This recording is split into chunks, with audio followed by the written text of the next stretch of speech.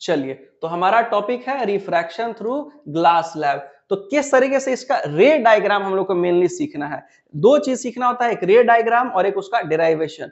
तो सबसे पहले हम लोग रे डायग्राम देखेंगे कि कैसे जो है ग्लास स्लैब में रे डायग्राम काम करता है, जो केस था वो आखिर कैसे हो रहा है, और दूसरा उसका डेराइवेशन की लिटरल डिस्प्लेसमेंट कैसे जो हम लोग डिराइव कर सकते हैं। और अगले लेक्चर में जब हमारा जो एक दो टॉपिक खत्म होगा तब फिर हम आपके लिए क्वेश्चंस जो है बनाएंगे, जिसमें कि आप लोग जो है हर टॉपिक से रिलेटेड लिटरल डिस्प्लेसमेंट से या रिफ्रैक्टिव इंडेक्स से सारी चीजों से क्वेश्चन सॉल्व कर पाएंगे। तो चलिए हम लोग स्टार्ट करते हैं रिफ्रैक्शन थ्रू ग्लास स्लैब। तो इसका रे डायग्राम बनाते हैं। तो रे डायग्राम बनाने के लिए सबसे पहले हम लोग क्या करते हैं, एक ग्लास स्लैब बना लेते हैं, यानी एक रेक्टेंगुलर जो है ग्लास जो है ले लेते हैं हम लोग। इस तरीके से एक रेक्टेंगुलर ग्लास ले लिया गया। इसका थोड़ा सा जो है कलर हम लोग शिफ्ट करते हैं, कलर ऐसे, ये हो गया। ये जो है हमारा आपका ग्लास स्लैब हो गया।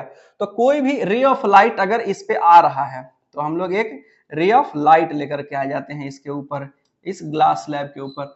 मान के चलिए कि ऐसा कोई रे ऑफ लाइट इधर आया इस पे, तो अब जब रे ऑफ लाइट इस पे पड़ेगा तो नॉर्मल के हिसाब से इसमें बेंडिंग होगा। तो हम लोग यहाँ पे एक नॉर्मल भी ड्रॉ कर लेते हैं। ये हमारा क्या हो गया, नॉर्मल हो गया, सीधा है, थोड़ा सा टिल्ट है, थोड़ा सा इसको सीधा कर लेते हैं। हो गया। चलिए, तो ये हमारा नॉर्मल हो गया। नॉर्मल को थोड़ा सा और दाएं बाएं कीजिए, हाँ एग्जैक्टली हो गया। चलिए, तो नॉर्मल है, ये रे ऑफ लाइट इधर से आ रहा है, कुछ इस तरीके से ऐसे आ रहा है। अब यहाँ पे इसका क्या हो रहा है, मीडियम चेंज हो रहा है। ऊपर में है एयर, ऊपर में क्या है, एयर है, और ये आपका क्या है, ग्लास है, ये आपका ग्लास है। तो एयर हमारा रेयरर मीडियम है और ग्लास हमारा डेंसर मीडियम है। ग्लास का थिकनेस भी हम लोग मान लेते हैं, इसका थिकनेस है कितना, टी मान लेते हैं कि इसका थिकनेस है।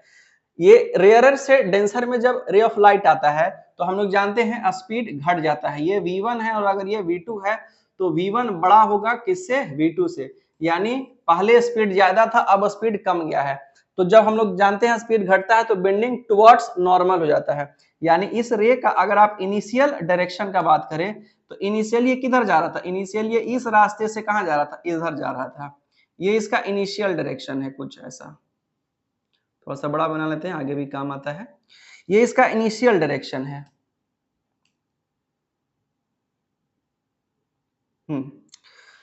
तो रे ऑफ लाइट इनिशियली इधर जा रहा था, लेकिन होगा क्या, बीच में आ गया ग्लास। तो ग्लास तो इसको आगे जाने नहीं देगा, बोलेगा चलो तुम्हारा स्पीड कम कर दिए हैं। तो कम कर दिया तो इसमें हो जाएगा क्या, इसमें आ जाएगा बेंडिंग। बेंडिंग होगा तो कुछ मान के चलिए इतना ये बेंड कर गया, तो रे कुछ इस तरीके से अब पास करेगा। यहाँ पे यहीं से रे जो है कुछ ऐसे पास करेगा, इतना डेविएशन हुआ था, यहां तक आएगा रे।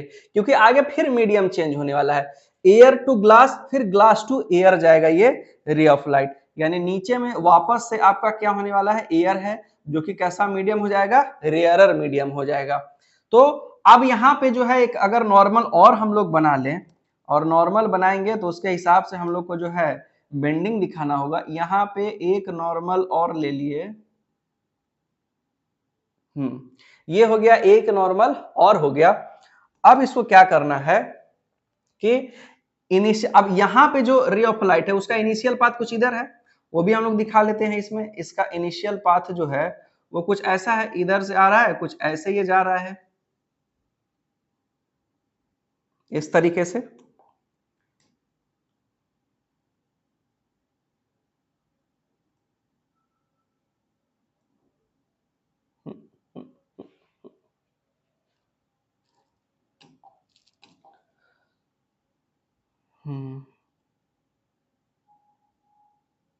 इनिशियल, तो ये इनिशियल डायरेक्शन है इसका, ये इधर जा रहा था। अब इसमें क्या होगा, डेंसर से रेयरर जब जाता है तो बेंडिंग अवे फ्रॉम नॉर्मल हो जाता है। तो ये अवे फ्रॉम नॉर्मल चला जाएगा कुछ इस तरीके से, यहां से ये अवे फ्रॉम नॉर्मल जाएगा कुछ ऐसा। और एक्सपेरिमेंट्स में देखा गया है कि जो ये रे ऑफ लाइट होता है वो एक्चुअली में इसके पैरेलल हो जाता है, इसके पैरेलल ही रहता है। तो यहाँ पे इसके पैरेलल है इस तरीके से। ये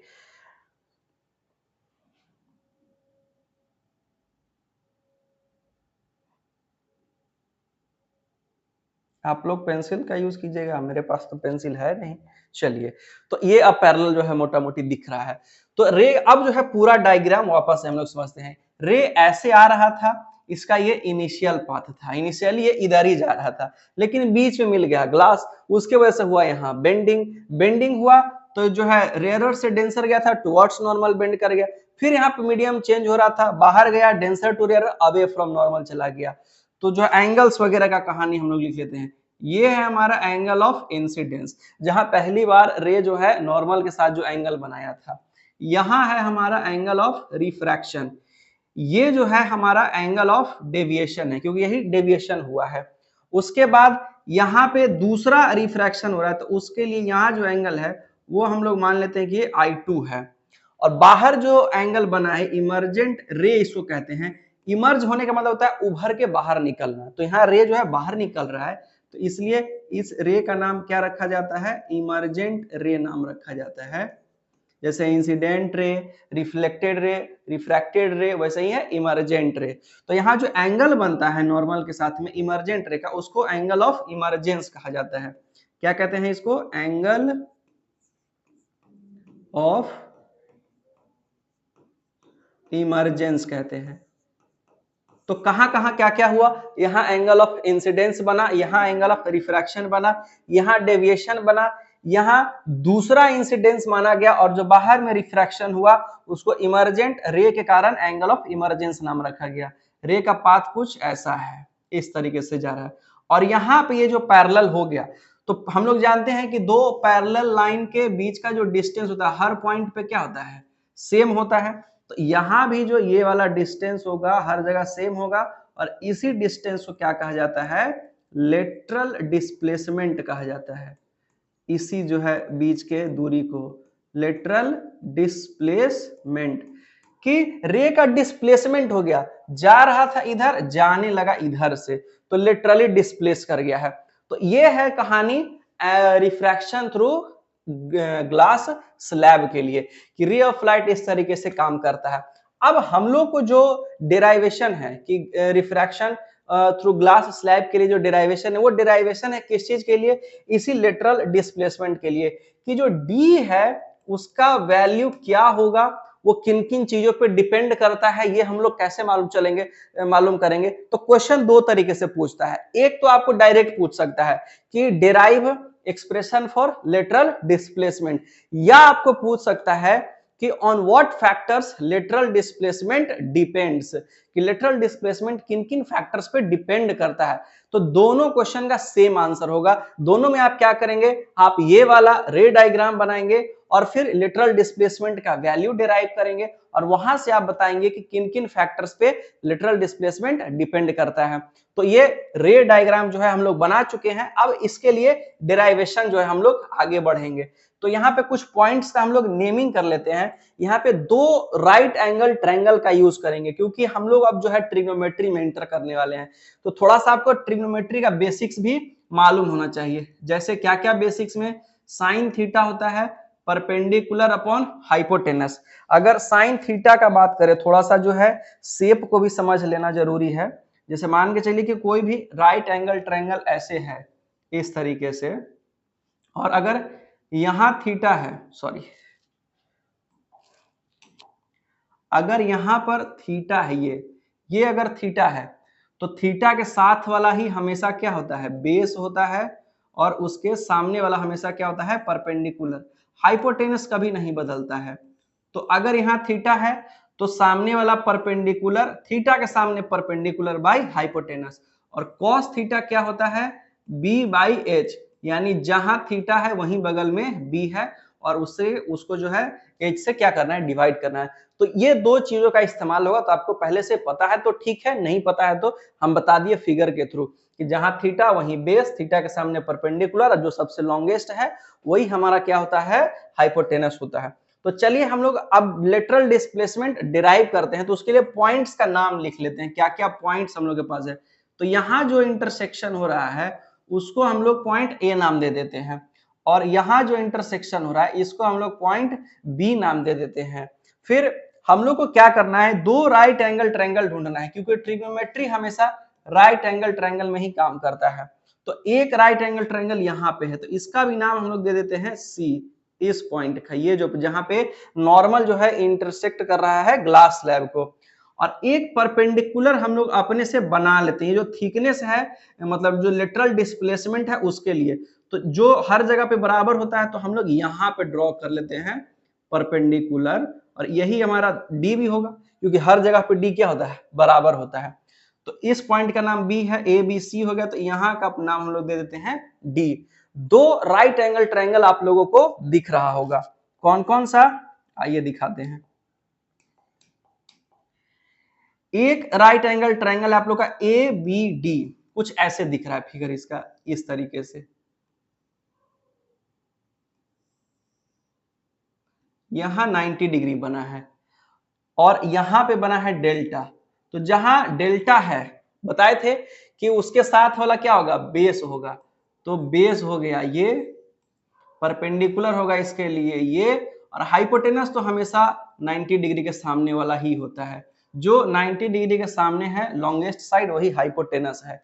तो हमारा नेमिंग के हिसाब से कौन कौन हो जाएगा, ए बी और डी। ये आपका रफ वर्क है, जब डेरिवेशन आप लोग लिखेंगे नोट्स कॉपी में तो ये नहीं लिखेंगे, समझाने के लिए है।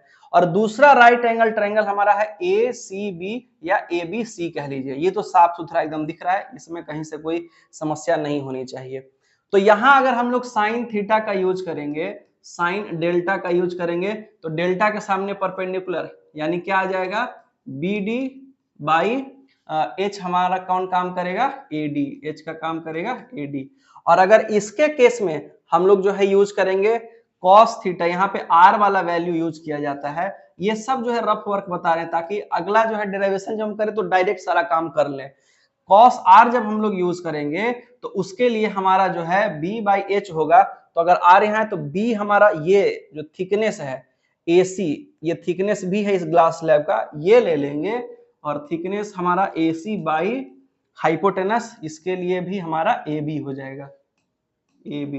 ये हाइपोटेनस गड़बड़ हो गया क्या, हाइपोटेनस ए बी था, ए डी नहीं होगा, ए बी हो जाएगा, ये हो जाएगा हाइपोटेनस बी डी और ए बी, बी डी नहीं होगा, B D by A D लिख दिए थे, ए डी हाइपोटेनस नहीं है आपका, बेस है, ए बी है हाइपोटेनस, ये रहा दिखा दिए।